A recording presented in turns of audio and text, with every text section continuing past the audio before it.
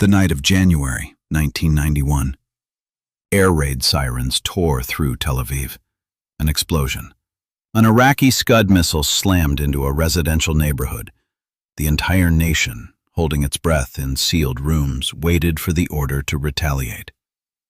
But from the Prime Minister's bunker, a man whose entire life had been dedicated to the principle of an eye for an eye, came an unthinkable decision. No retaliation.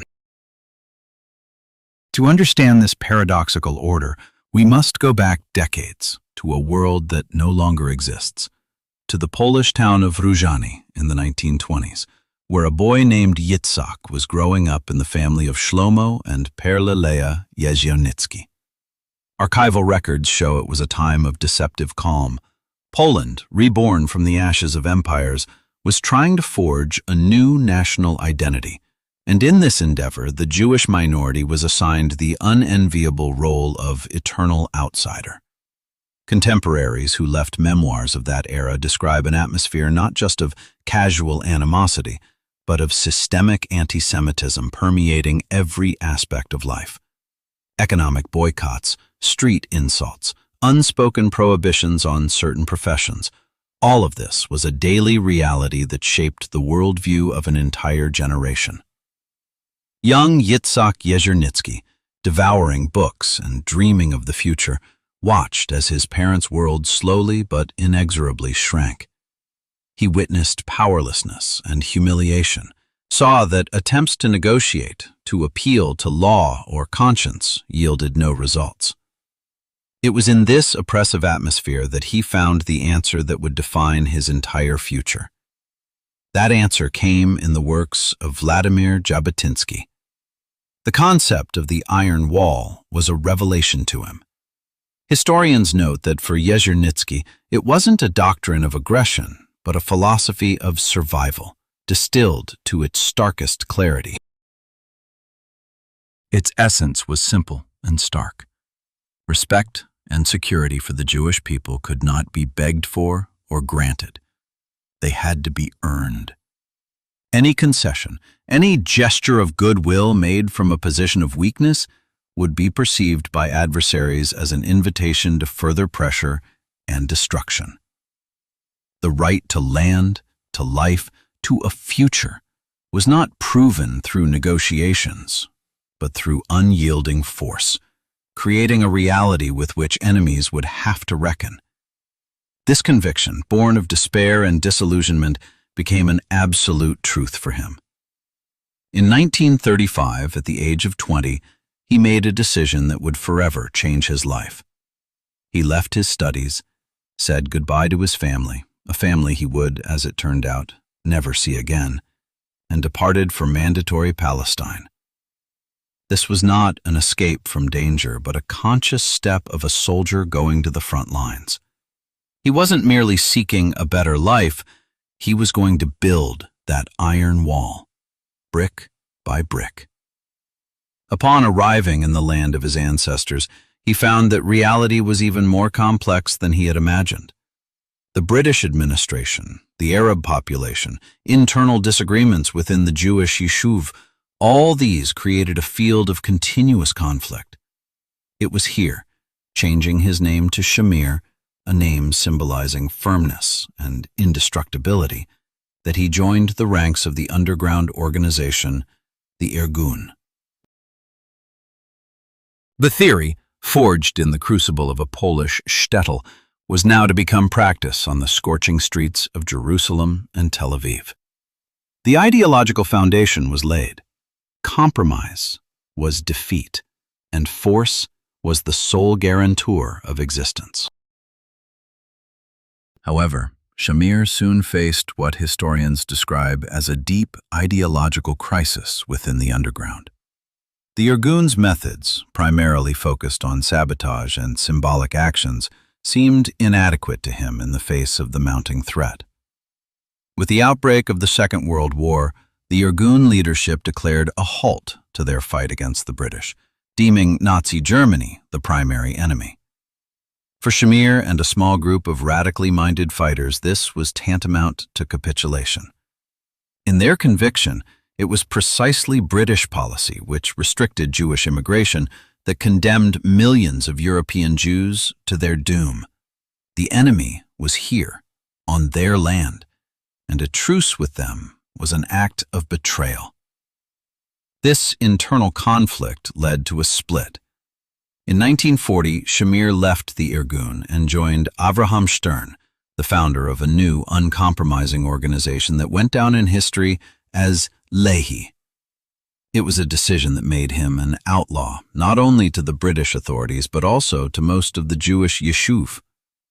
Lehi operated by different rules, or rather by no rules at all. For them, it was a total war for independence. They were few in number, hunted, and absolutely ruthless. As archival documents from that period attest, the official Jewish leadership in Palestine considered them dangerous extremists, undermining the common cause and provoking the British into even harsher reprisals.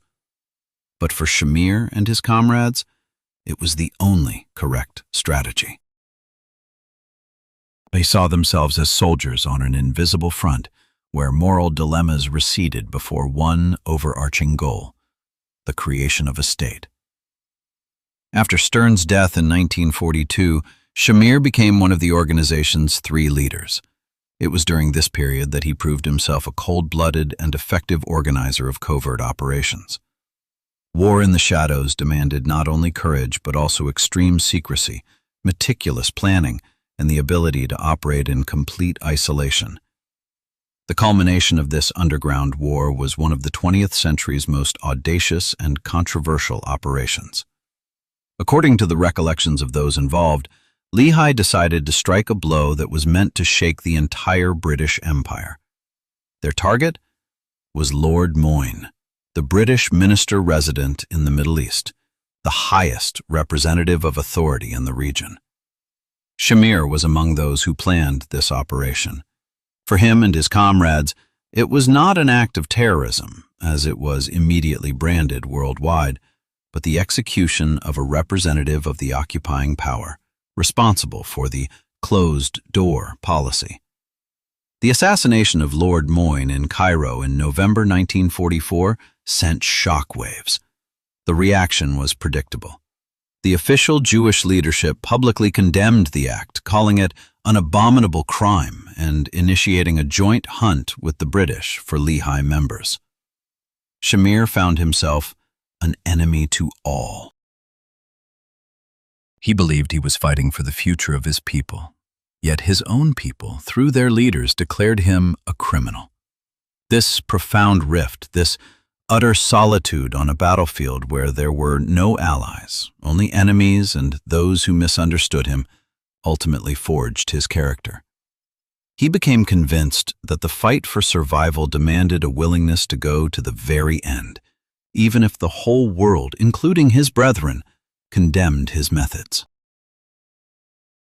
The inevitable outcome of the hunt for underground members was Yitzhak Shamir's arrest in 1946. For the British authorities, he was one of the most dangerous and wanted men in Palestine.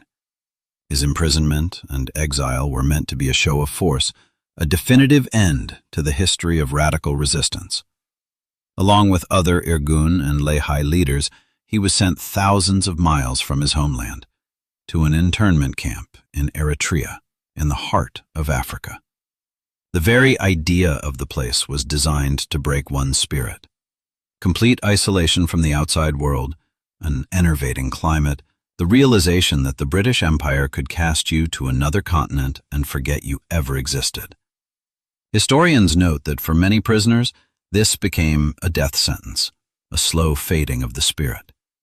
But for Shamir, as his fellow internees' memoirs attest, exile was just another battlefield.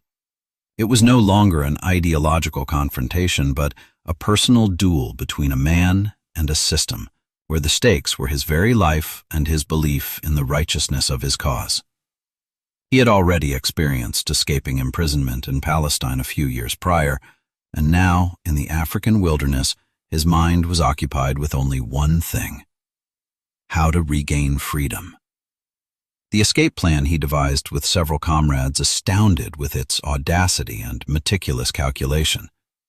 The prisoners began digging a tunnel beneath the barrack. The work was carried out with primitive tools, in the strictest secrecy, right under the noses of numerous guards. Every sound, every extra bag of earth could have led to failure and even harsher punishment. In January 1947, Shamir and 4 other prisoners accomplished the impossible. That night they emerged through the tunnel beyond the barbed wire. But escaping the camp was just the first step. Around them stretched foreign, hostile land. Without money, documents, or knowledge of local languages, with pursuers hot on their heels, they had to cross the desert. Their ultimate goal was to reach French Djibouti, where they hoped to gain political asylum. This journey across Ethiopia became a separate test of endurance. Archival records of the British administration from that period attest to a massive search operation, but the escapees seemed to vanish into thin air. Shamir was subsequently extremely reluctant to speak about this period, but from fragmentary accounts a picture emerges of incredible tenacity and resourcefulness. They succeeded in reaching their destination. The authorities of French Djibouti granted them asylum, and soon after the declaration of Israel's independence, Shamir was able to return home. This episode in his biography reveals a completely new facet of his personality. It was a demonstration not of political fanaticism, but of phenomenal strength of spirit and an unyielding will. A man whom an empire tried to erase from history by locking him away at the ends of the earth not only survived, he defied it and won. This experience, according to many researchers of his life, ultimately convinced him that no situation is hopeless, and any system, even the most powerful, is vulnerable in the face of one person's resolve. The proclamation of Israel's independence in May 1948 became a moment of complex choice for Yitzhak Shamir, as it was for many of his comrades from the underground. The joy of a centuries-old dream realized was mixed with uncertainty. The state for which they had shed blood and risked everything was now being built by people who, just yesterday, had called their methods criminal. The new government, led by David Ben-Gurion, aimed to create a unified, disciplined army and intelligence services, subordinate solely to the state. This required disbanding all independent armed formations, including Lehi. According to contemporaries' recollections, this was a painful process for many former underground fighters. They, who considered themselves the vanguard of the struggle for freedom, now had to lay down their arms and integrate into structures led by their erstwhile ideological opponents. Shamir, one of the organization's 3 leaders, found himself at a crossroads. His name was known to the British authorities, and his reputation as a radical sparked distrust among the new Israeli establishment. For several years, he seemed to recede into the shadows, engaging in private business, trying to find his place in a peaceful life whose arrival seemed as swift as it was fragile. However, the young state, surrounded by enemies, desperately needed a particular kind of personnel. People with unique experience in covert warfare, capable of thinking outside the box and operating under deadly threat. And so, the eyes of Israel's intelligence chiefs turned to those they had recently shunned. In 1955, Yitzhak Shamir was recruited into the Mossad. This turn in his fate is still considered by historians to be one of the most paradoxical. A man who had spent his entire conscious life fighting against the system now became a cog in the state machine. The rebel, who recognized no authority other than the leaders of his movement, transformed into a secret agent bound to follow orders. Analysts note that his adaptation to this new role was not easy. Accustomed to independent decisions, he now had to operate within a strict hierarchy. But it was in this environment that his talents truly blossomed. The skills honed during years of underground struggle, secrecy, planning, recruitment, the ability to survive in any situation, proved invaluable for Israel's defense. He was assigned to work in Europe, at the very heart of the covert war. The culmination of his intelligence career was an operation known as Damocles. In the early 1960s, intelligence received shocking data. Egypt, with the help of a group of German scientists who had previously worked for the Nazi regime, had come dangerously close to developing its own ballistic missiles. For Israel, this was a direct existential threat. Mossad was tasked with stopping the missile program at any cost.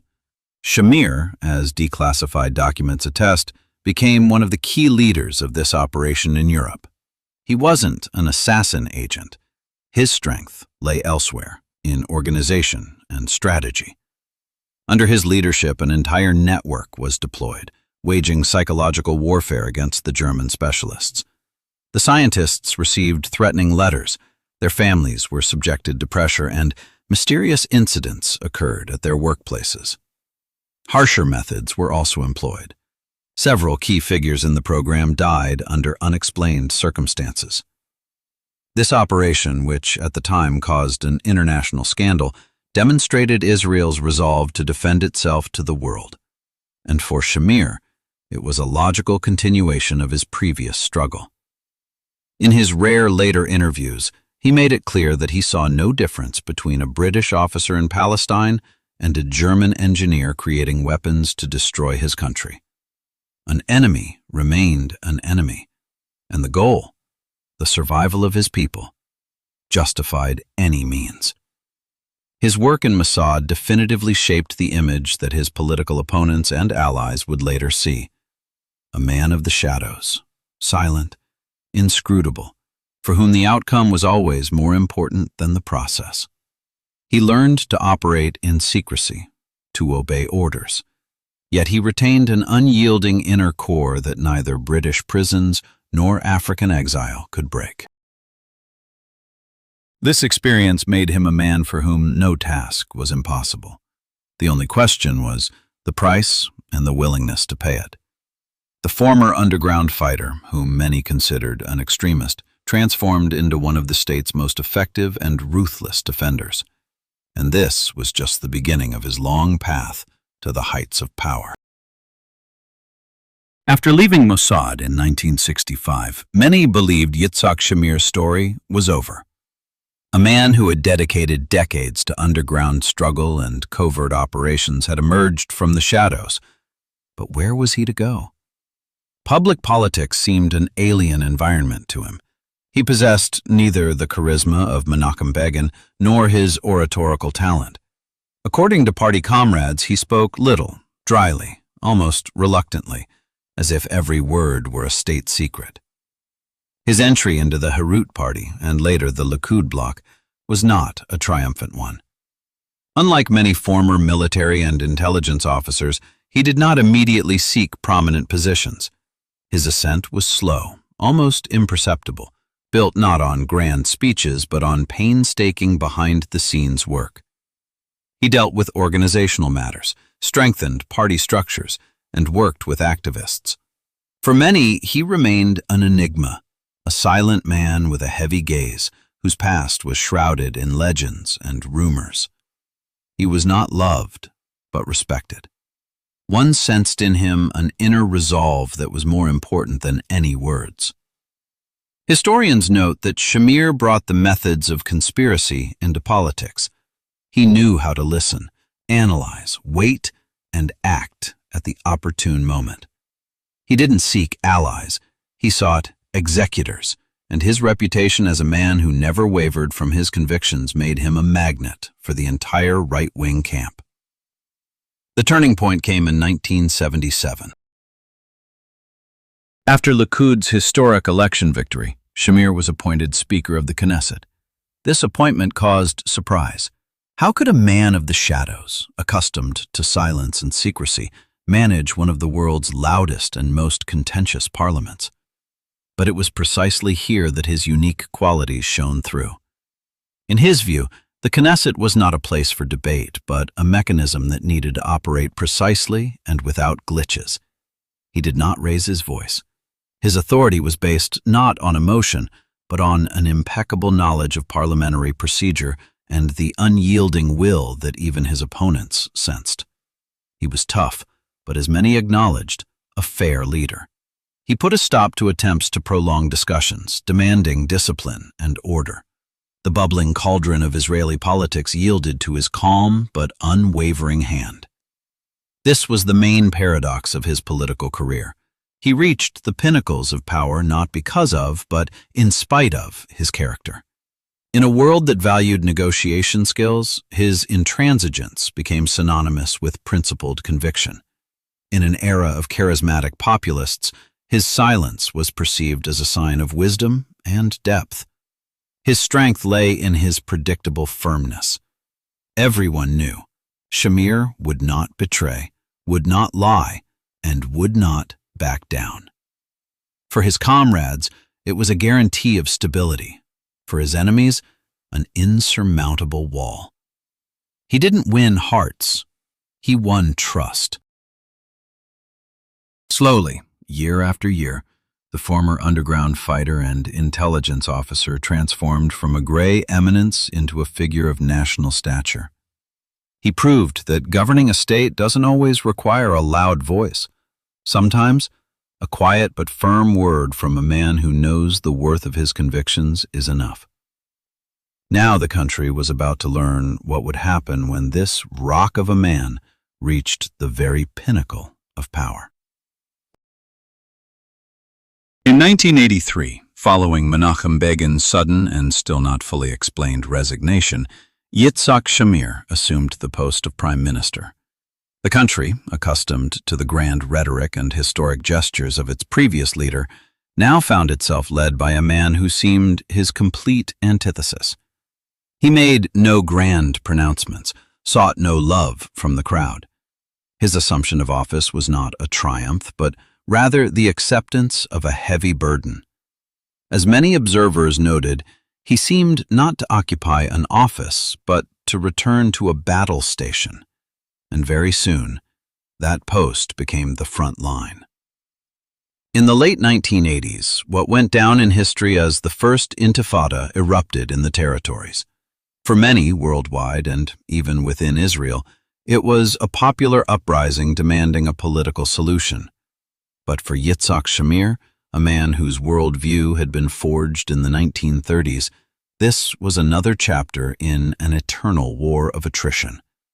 In his eyes, it was not a protest, but a front. And on the front, you don't negotiate. You win.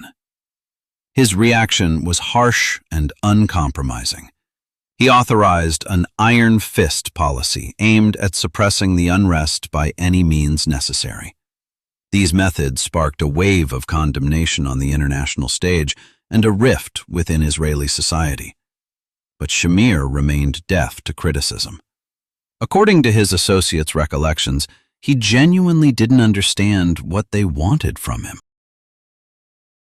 Any concession, any display of weakness in his deepest conviction would be perceived by the enemy as an invitation to further escalation. He often repeated a phrase that became the quintessence of his philosophy. The sea is the same sea, and the Arabs are the same Arabs. For him, nothing had changed since his underground days. The methods had changed, the scale was different, but the essence of the confrontation remained the same, a struggle for existence.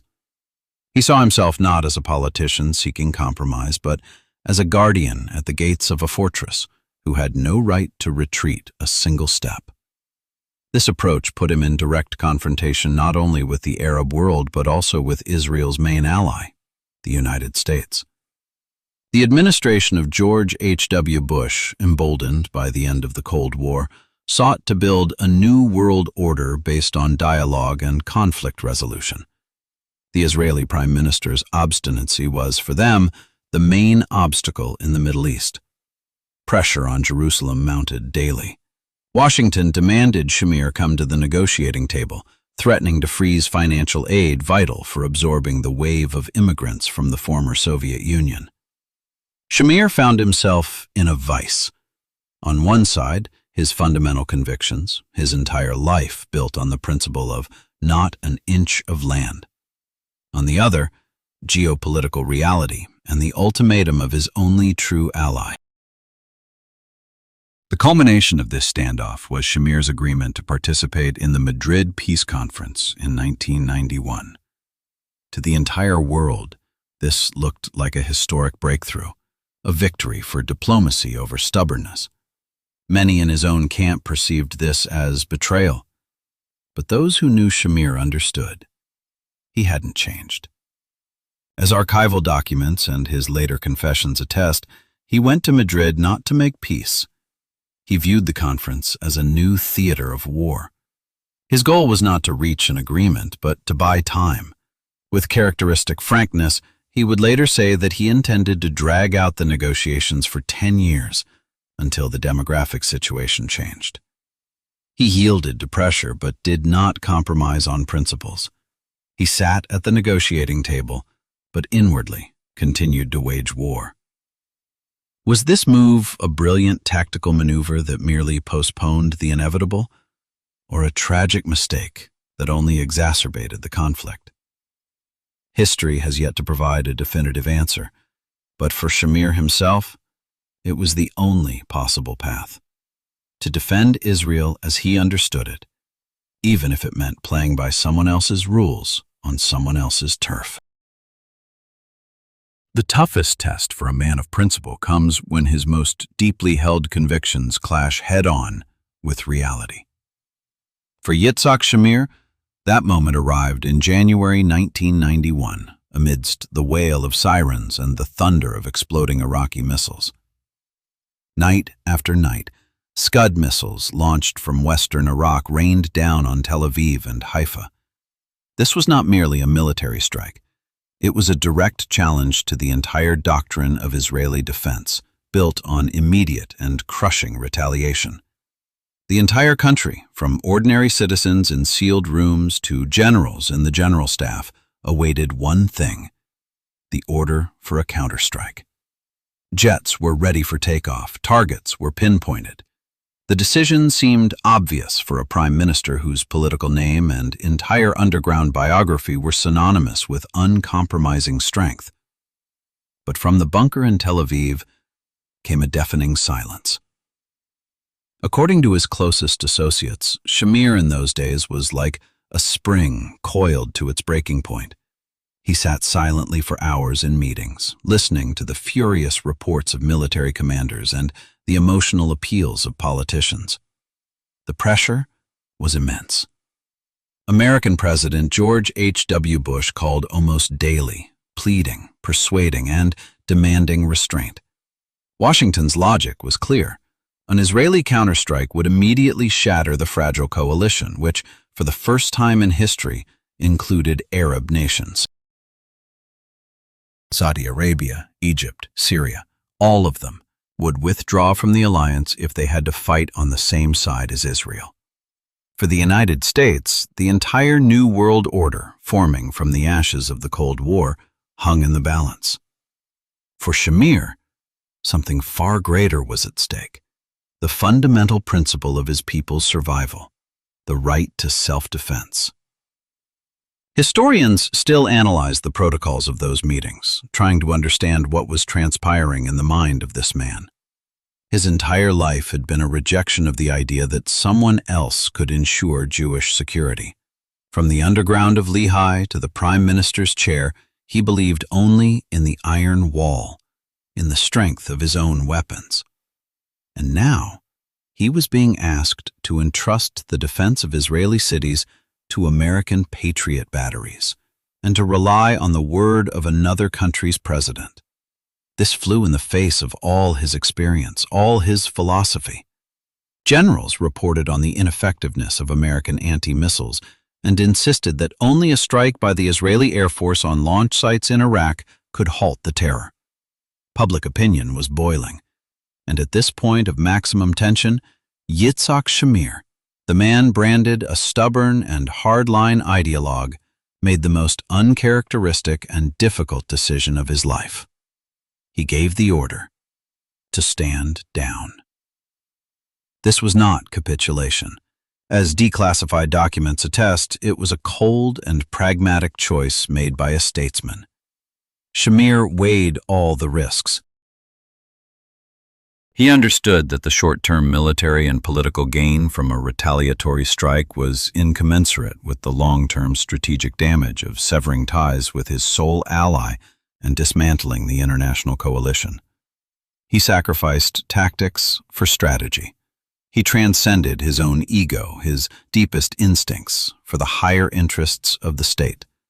Subsequently, when the war ended, he offered almost no comment on his decision, merely dryly noting that he did what needed to be done. But for Israel, and for the entire world, it was a shocking lesson. The man who was considered an impenetrable rock demonstrated incredible flexibility and discipline. He showed that a leader's true strength lies not in blindly following dogma, but in the ability to abandon it at a critical moment for the sake of his people's salvation. Was this act a betrayal of his ideals, or their highest manifestation? Where does the line lie between principled conviction and responsibility for the fate of a nation? This question remained at the heart of his political legacy, a silent monument to the most paradoxical decision in the life of Israel's most unyielding prime minister.